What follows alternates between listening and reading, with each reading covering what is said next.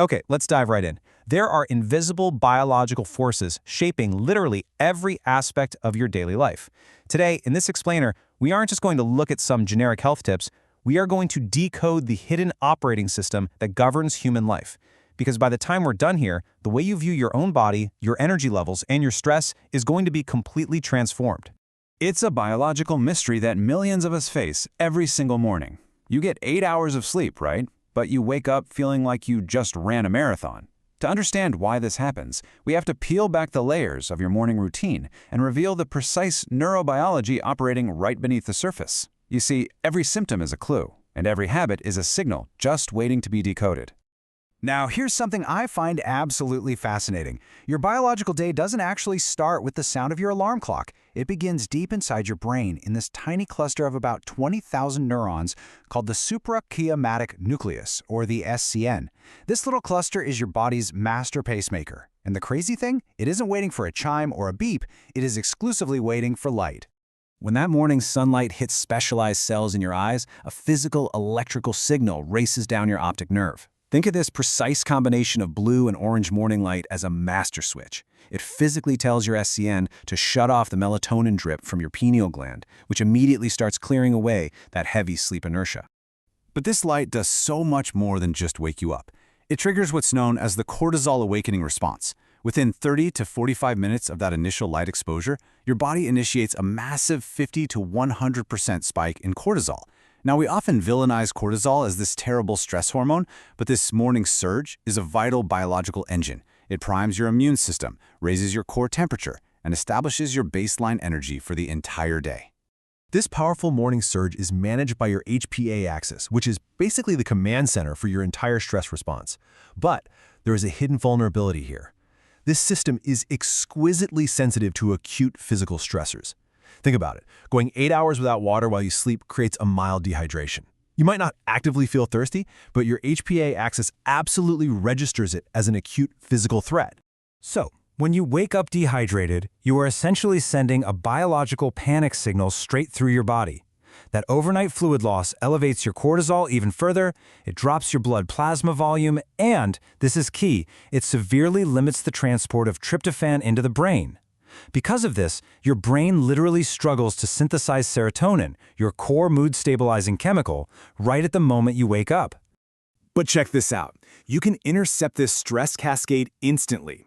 By drinking just 500 milliliters of water immediately upon waking, you rapidly restore that blood plasma volume. It's a simple mechanical act, but it actively cools down your amygdala's threat detection, lowering that unnecessary panic-driven cortisol within minutes.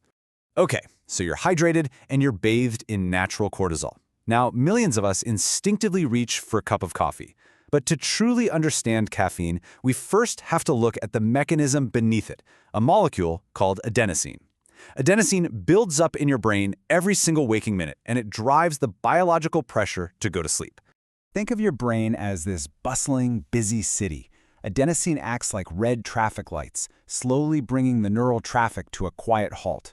Caffeine doesn't actually give you energy, it creates a chemical illusion. It acts like a fleet of cars speeding through the city, totally blocking the adenosine receptors. It tricks your nervous system into a state of high alert, all while the biological need for sleep secretly continues to build in the background. And this reveals a critical flaw in how most of us do our morning routine. Delaying that caffeine for 90 to 120 minutes allows your natural cortisol spike to do the heavy lifting, giving your body time to clear out that residual adenosine naturally. This simple delay is exactly what prevents that devastating afternoon crash. Now, the biology is nuanced. If you are severely sleep-deprived, immediate caffeine is sometimes just a necessary triage to function. But there is a consequence here that most people never see. Caffeine has a half-life of 5 to 6 hours. To put that into perspective, if you drink a standard 200 milligram coffee at 3 p.m., half of that chemical is still circulating in your brain at 9 p.m. It acts as an invisible force, actively destroying your deep sleep architecture, even if you're someone who feels like they can fall asleep perfectly fine. So what happens when we continuously push this system? When we use artificial stimulants to mask adenosine, when we skip hydration and totally ignore our natural circadian rhythms? Well, our biology begins to fracture. We stop operating smoothly and we start placing a chronic, crushing demand on our adrenal system. Under chronic stress, the HPA axis becomes dangerously dysregulated. It basically gets stuck in the on position.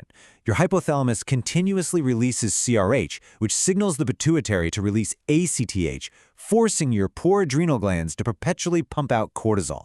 You are quite literally bathing your internal organs in inflammatory cytokines and completely destabilizing your blood sugar.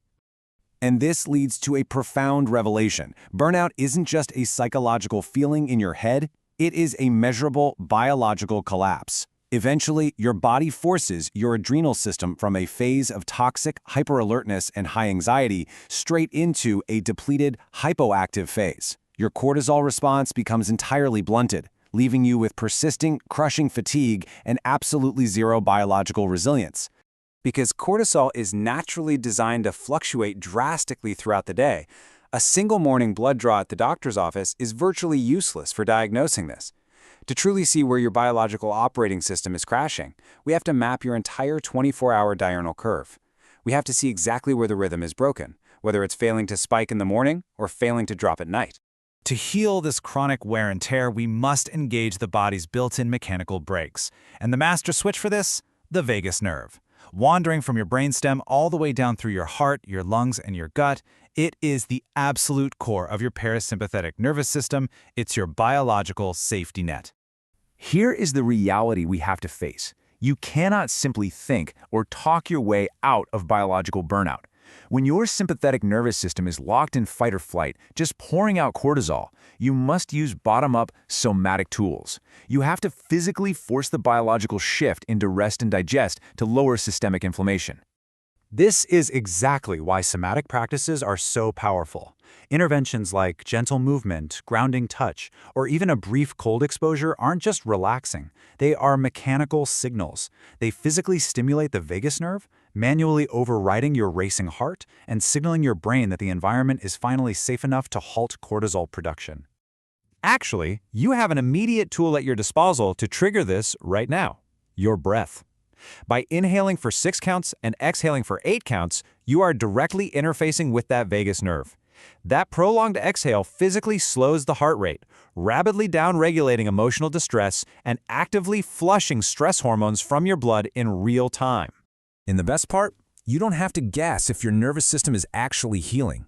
By tracking your heart rate variability, or HRV, you can actively measure your vagal tone. A higher HRV proves your heart is adaptable and that your nervous system is recovering rapidly from daily stress. It translates invisible somatic healing into undeniable biological data.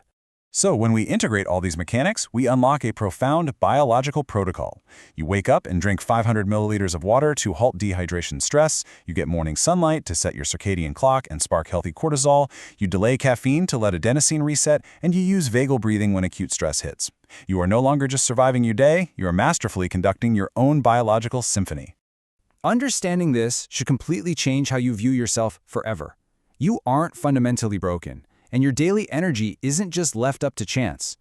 True resilience isn't a personality trait you're born with. It is a biological formula waiting to be optimized.